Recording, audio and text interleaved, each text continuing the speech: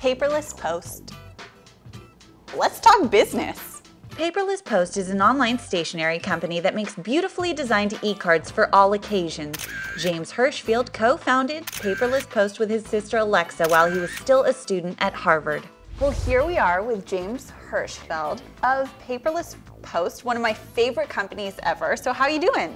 I'm doing well. Good, good. So now, Paperless Post is really, I was telling you before, I have literally followed you from the beginning. The very first Paperless Post invite, I think I got from, a friend of mine from Harvard or something like that. And I loved it. And you started it, were you in your dorm? I was in my dorm. Actually, I lived off campus when I was a sophomore. So technically you were not. I technically wasn't in a dorm. I started out of my apartment. I had a roommate. I kept it very secret in the beginning because I was kind of Zuckerberg. I like it. I think that when you're sort of starting something in the very, very beginning, you're scared that if you tell too many people about it and nothing happens, then you're going to get people excited or people are going to judge you. And so in the beginning, I had this secret, stealthy startup that was running out of my apartment with my roommates. Did your roommates know? No, they didn't. They didn't know. So you're secretly running a startup. I was secretly building a software company. So, okay, you guys got started. So you were there, and then you started this with your sister Alexa. I did. Right? I did. And so was she working with you secretly in your room? She was working secretly from her other job. So she had already graduated from Harvard. She very was stealth operation. Yeah, exactly. She was sort of moonlighting while she was working for Katie Couric as a assistant. Oh, awesome. Yeah. So what is Paperless Post, just for our viewers? So Paperless Post is a platform that allows users to design beautiful, customized invitations that sort of have all the best qualities of a paper invitation that you would get printed at a stationery company. So basically, you can go on and create a design. You can customize the fonts, customize the wording. You can choose a matching envelope. You can choose a liner. You send it out via email, but the entire experience sort of bears the best qualities of It's really offline. Formalized. Yeah. It's really just beautiful invitation. It's basically a site that aims to bring the sort of design to online communication. I think your designs are one of the things that really make you stick out. What's your design team like?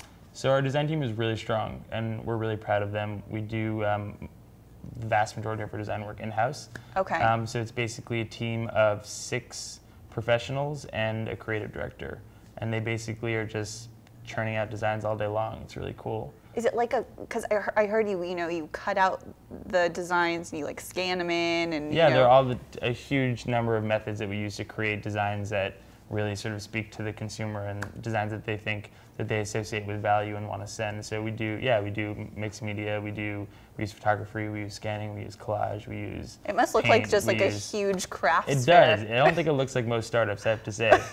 But it is a well really big point decorated, I'm sure. It could be better. It could be better. But so what is your culture like? What's your company culture like? It's very young. Mm-hmm. We have, it's funny, it's a mix of engineers and artists. Okay. It's really fun. It's a really good time. I particularly, we have beer o'clock on Fridays. Beer o'clock, never heard that term. I love that. That's a great term. Paperless Post, yeah. It's great. Who thought of the pop-up envelope experience? Because I love it. That's great. That's really great. It's actually my sister. Oh, really? It was my sister, yeah. Basically, in the beginning we thought people are spending so much money on stationery in the U.S. every year, and most people can't afford it for anything but their wedding. It's like a huge luxury and expense, and I thought, what if we could just bring that experience online? It could be so much cheaper, and you would have all the all the good parts, all the design, all the customization, and the personal feeling, but you wouldn't have to go and spend $6 an invitation on a piece of paper, which then gets thrown out.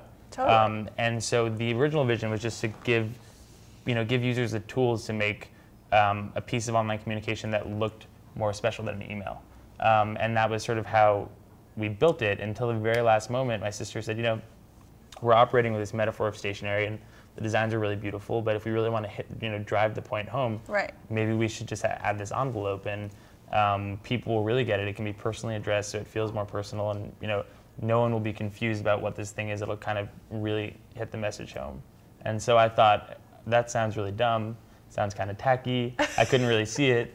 And then we built it, and we immediately saw that people really liked it. Yeah, no, something I want to talk about is your payments, because you guys charged from the beginning, right? We did. Which I think is a really interesting model, because, you know, you look at Facebook, they didn't charge, they grew their huge, you know, user base. Yeah. And then they decided to start charging for things. Yeah. And I think that, you know, for you guys, it made sense because it was like a more formal experience, and so people wanted to pay for it. Exactly. So coming to our pricing model was a huge part of defining who we were and figuring out what our brand was and figuring out how we were going to grow sustainably, because basically when we started thinking about Paperless Post at the end of 2007, and we sort of started talking to outside people when we came out with it in 2008 after being quietly working on it, you know, secretly. Under the bed. Under the bed, exactly. we started to talk to people who really knew a lot about you know, the space, which we did not. And they all said, you know, you can't charge for this product because consumers don't pay for services online. They only pay for, you know, e-commerce things where they're getting. Lies. Yeah, and they said they will not pay. You can't create anything formal online. Online isn't about beauty. All these things, you know, people. Who are these people? Really smart people. Give me their names. I can't, because they're famous. But you know, people just want to communicate, you know, in a tweet, and communication is being democratized. All these things that said basically what we were doing was incredibly counter trend and counter sort of internet culture. So interesting. I think a lot of entrepreneurs hear that, you know, the no, and Yeah. you just, and when really you were onto something. Well, I think that's when you have an idea that's new, I think that you always encounter that kind of resistance from people who can't, because it's actually original, they can't really see how it's going to work. And when we finally, we thought, okay, so these people know what they're talking about, we can't charge, so we thought about all these different business models we could possibly run, and none of them really felt true. You know, we couldn't do advertising, because if you had a crest ad in front of your wedding invitation, it wouldn't feel special, and you wouldn't want to use it for your wedding. And so, and we kind of wanted to build with a very clean relationship with our users, where they were the ones that were paying us and not advertisers. So basically, we launched that way, and it's really defined our brand. It's in line with the premium feeling of the product. It's in line with the value that the users associate with it, which is privacy and sort of an intimate connection with the people, not having their messages being mediated or interrupted by, you know, brand and you advertising. pay, and it's coins. Exactly. So it's kind of like that, you know, virtual reality money. Exactly. So you buy coins, and you use them to pay for things that you want to add to make it more special. Like if you want to add a matching envelope or a matching envelope liner, or if you want to buy a card that was designed by a famous stationery designer, all those things cost you a coin. But if you want to send something that's really casual and sort of everyday, then you can send it for free. James, I have a little activity for us. Yep. Yeah. Okay. And I was thinking we should make some post paperless. Some post paperless, okay. Okay. Are you ready? Yeah, sure. Awesome. So who should I send this one to? I think I might send it to Obama. That's pretty cool. Dear Obama. Yeah, I mean, this isn't exactly what we do, but it's kind of like it. Can I? Gotta put it in the envelope, James. I gotta put it in the envelope. That is so cool. To Miss Piggy. Miss Piggy. You know, just because she's awesome. You're awesome. EXO, the Valley Girl. I think we should bring this to our board meetings. This is really fun. It's funny, it's been a really long time since I've actually put a piece of stationery in a envelope.